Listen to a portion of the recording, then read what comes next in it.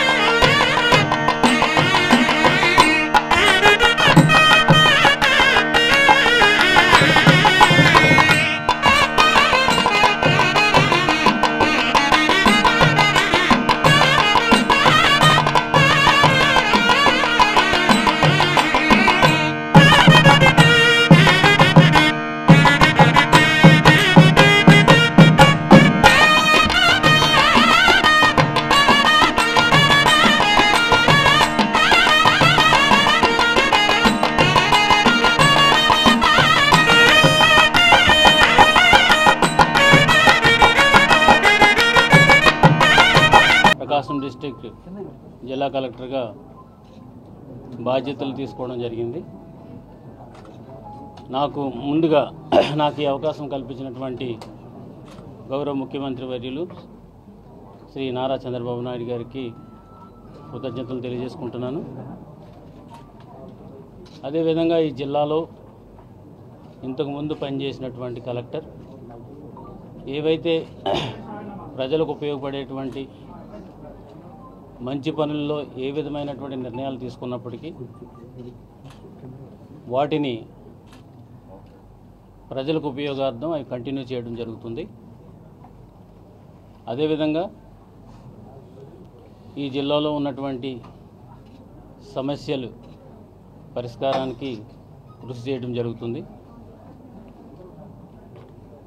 As a political governance అని ఏదైతే government నిర్దేశించిందో ఆ విధంగా ఇక్కడ ఉన్నటువంటి ప్రజాప్రతినిధులతో సమన్వయం చేసుకొని ప్రజల యొక్క సమస్యల్ని పరిష్కరించడం అనేది ప్రైమరీ ఎజెండాగా తీసుకోవడం జరుగుతుంది.